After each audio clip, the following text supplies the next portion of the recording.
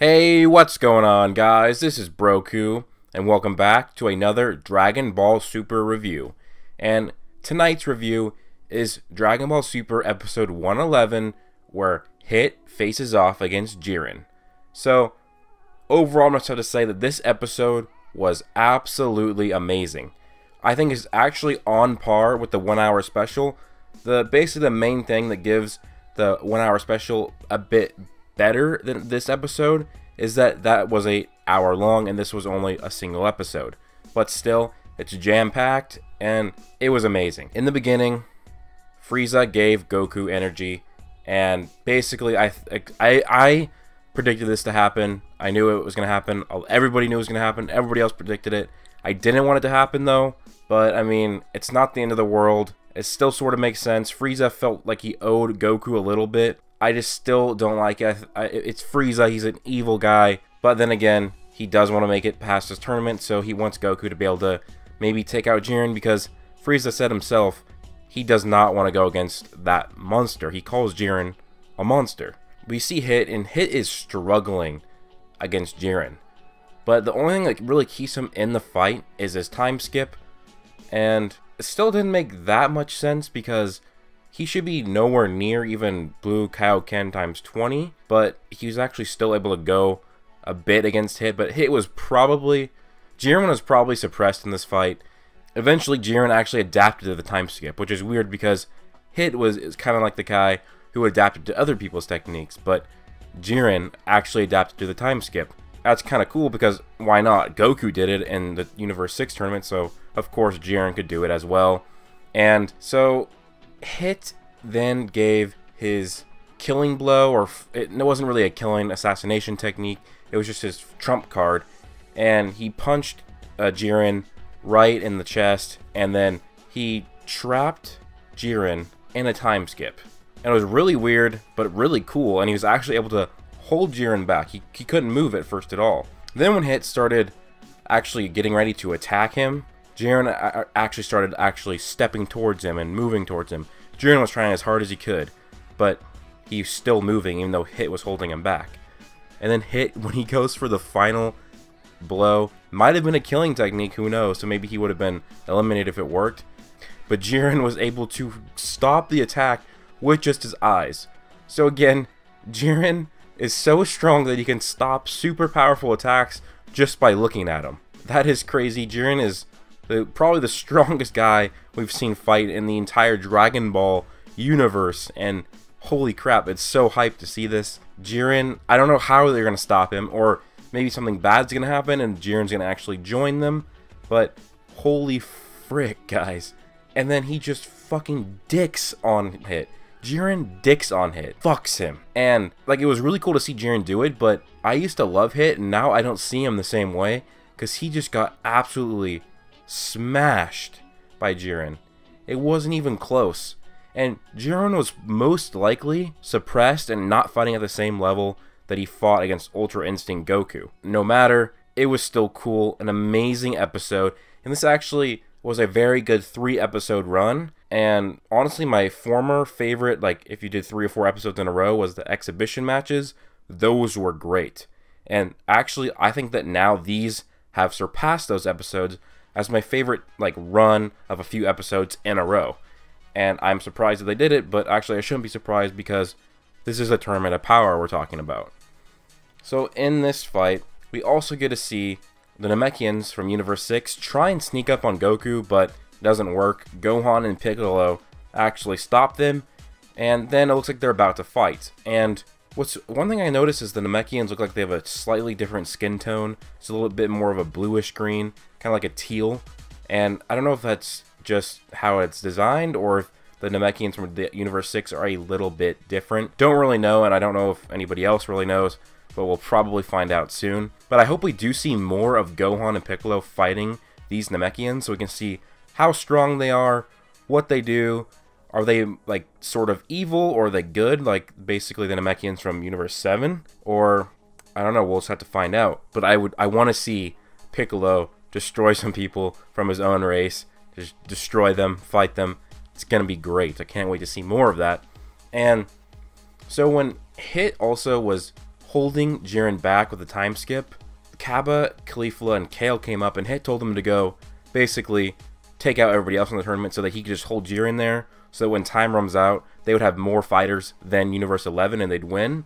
But they don't get to it nearly fast enough, and what's really stupid that I didn't like is that Hit goes and tells them to hurry up and finish everybody off, and none of them don't even go Super Saiyan.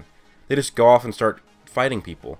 Like, if they wanted to go like do it quickly and actually have a chance, go full power and just go full bore, go at it.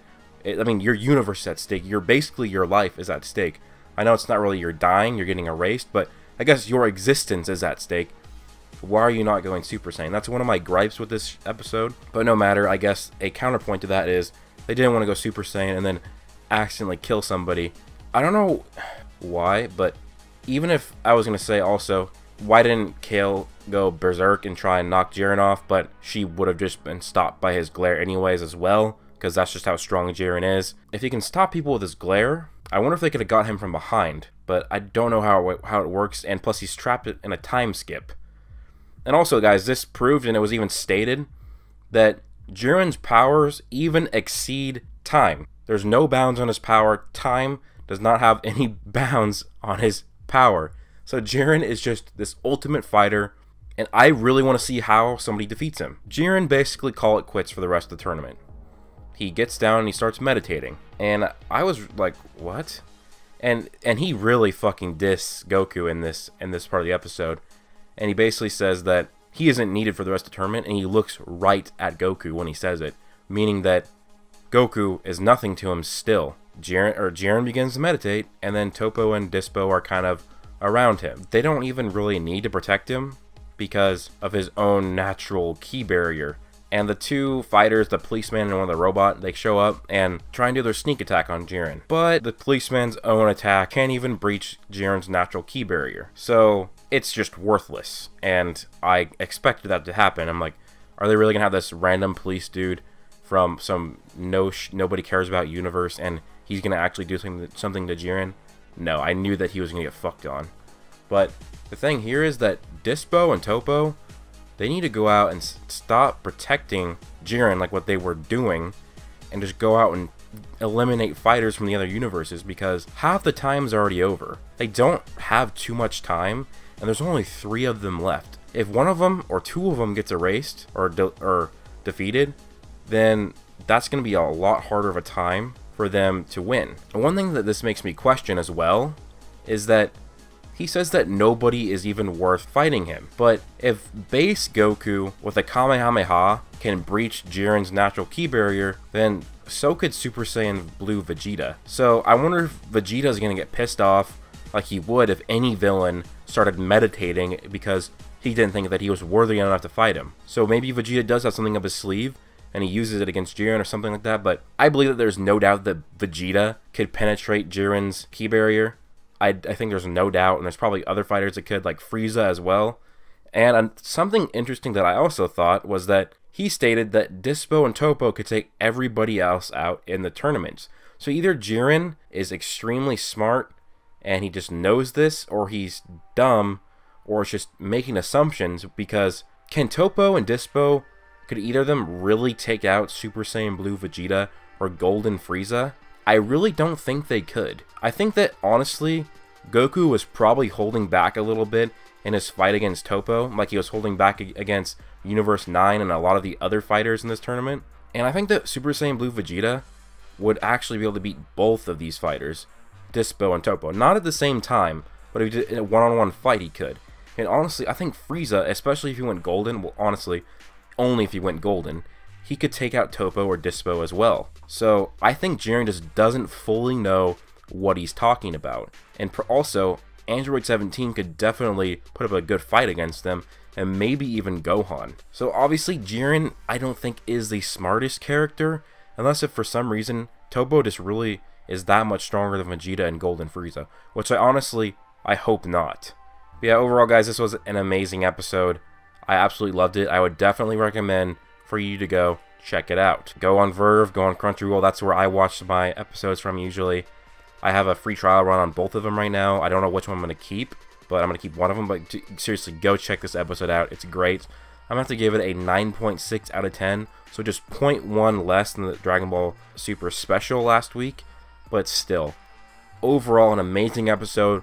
Great action. Great like backstory a little bit. Like there's still, it wasn't just action. There was still story going on. I like the reactions of the fight of Champa getting pissed off. And one thing I forgot to mention. Champa actually congratulated Hit for the way he fought. And that was really cool to see a bit of character progression from Champa. Hit really did rally the troops a bit. He got the Saiyans, Kaba, Kale, and Caulifla all ready to go fight. Now, how is this going to work out? We'll see. But from what the preview we saw is that Vegeta is actually going to have to go and motivate Kaba even more, because we see Vegeta actually kneeing Kaba in the stomach. So is Kaba actually going to get maybe his own transformation where Vegeta's trying to dig out more and more from him? What if Kaba got Super Saiyan Rage? That would be pretty cool, and that would make him an extremely strong fighter. But he just doesn't look like the character to have that rage deeply built in him. But he did look pissed off when Hit did get eliminated. But anyways, guys, please let me know down below your thoughts on this episode. Like if you enjoyed this review. Subscribe if you are new. Turn on notifications if you want to see more of my videos. And also follow me on Twitter. And if you haven't joined my Discord yet, that will be linked in the description down below. And thanks to my Patreon supporters, Daraj Payton, the awesome guy who only supports Broku on Patreon, Zach Trotaku, and my Super Saiyan 2s, Israel Flores, Mystic Ghoul, and Darius. Thank you guys so much. And I hope all of you guys have an amazing day. Peace out.